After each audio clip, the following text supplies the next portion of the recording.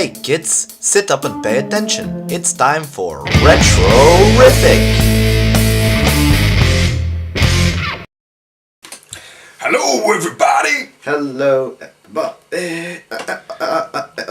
So, just so we get the joke out of the way straight away, was Kick-Ass Kick-Ass?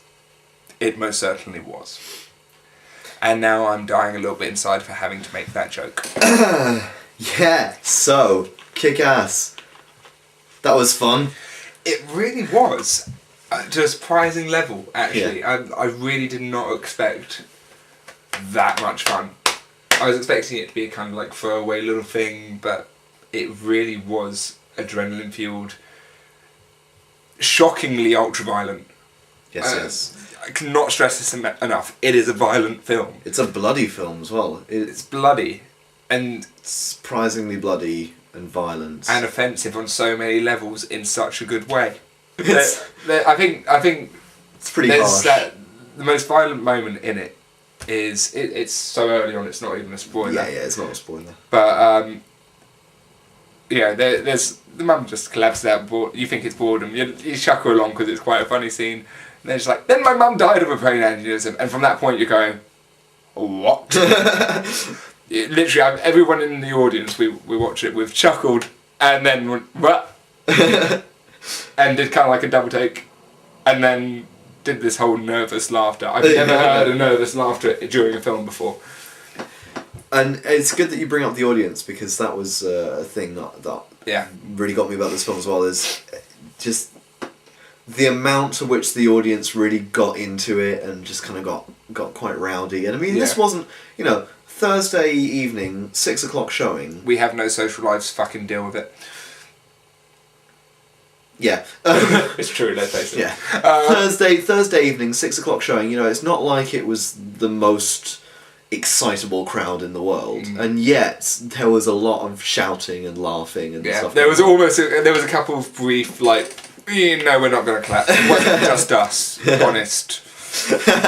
I've not seen a Hollywood film be this surprising, because it's got the Hollywood sheen over it. Make no mistake, this is a big budget Hollywood summer movie.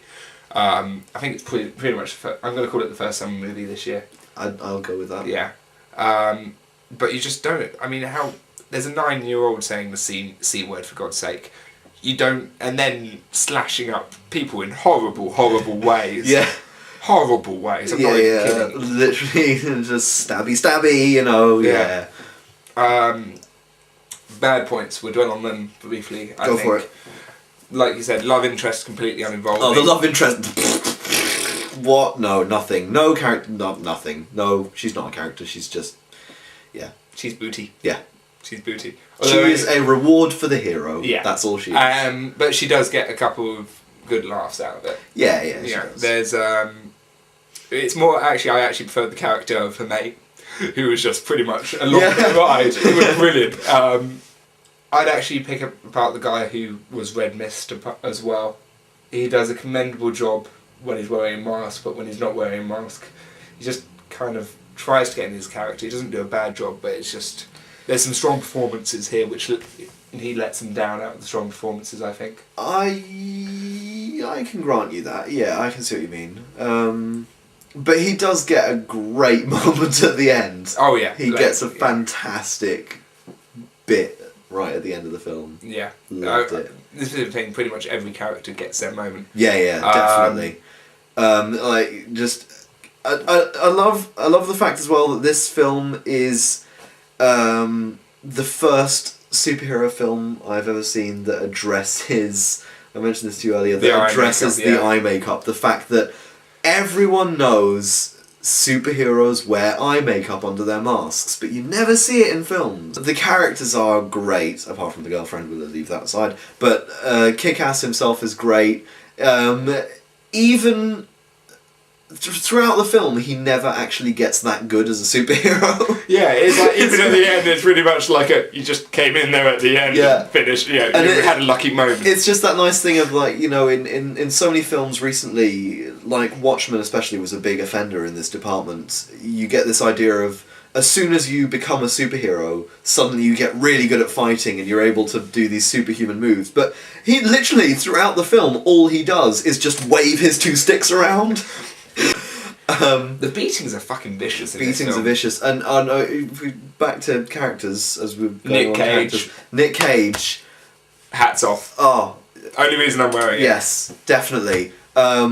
Just a fantastic performance. Like when he's his secret identity, he's essentially playing Ned Flanders, and then as soon as he puts the costume on, which looks suspiciously like a Batman costume, he immediately turns into Adam West, It's fucking genius. which is just hilarious.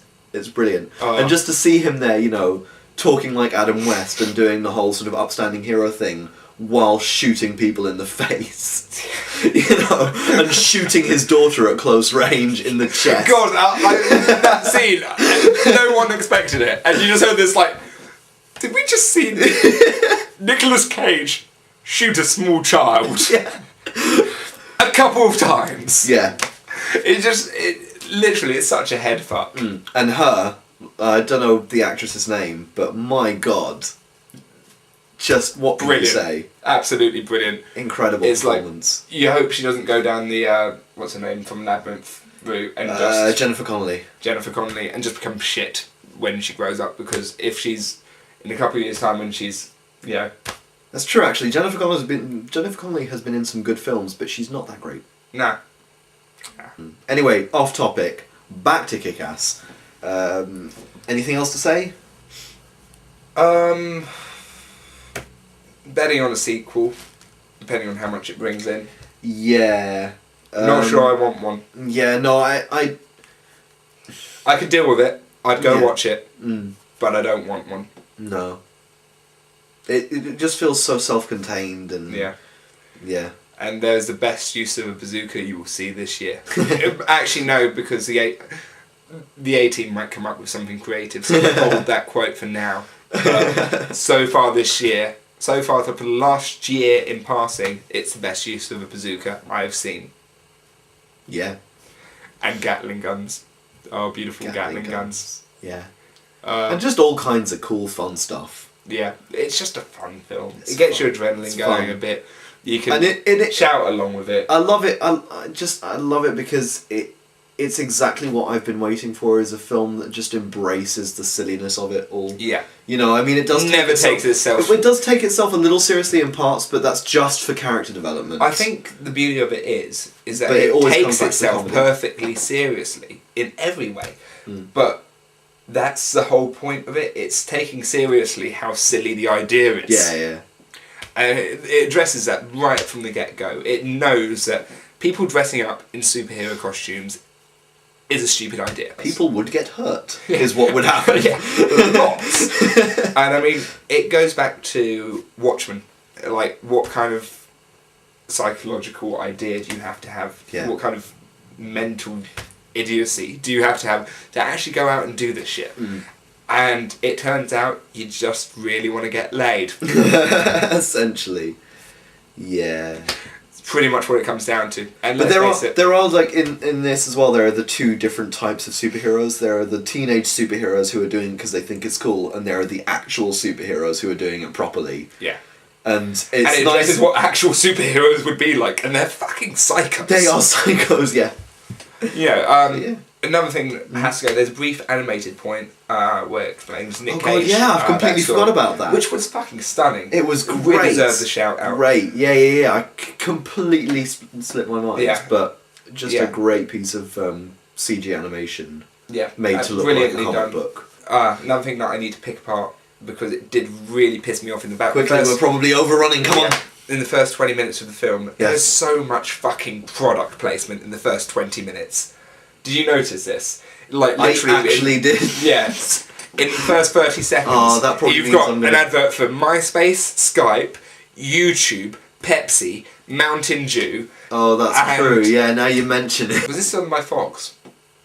Because it explains why he's on MySpace and not Facebook. No, it wasn't by Fox, it was by Marv, as they told us 3 times in the opening credits. They didn't have the balls to say call themselves Marvel, don't they? No.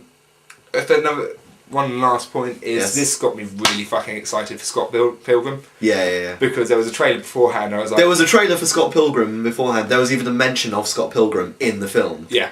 And I think, to be honest, I think the two films are perfect companions for this summer. They really are. I mean, we've got a very good few films coming up ahead of us. See you later, alligator. Bye. I hate myself. Sorry. How do I get a hold of you? You just contact the mayor's office. He has a special signal that shines in the sky. It's in the shape of a giant cock.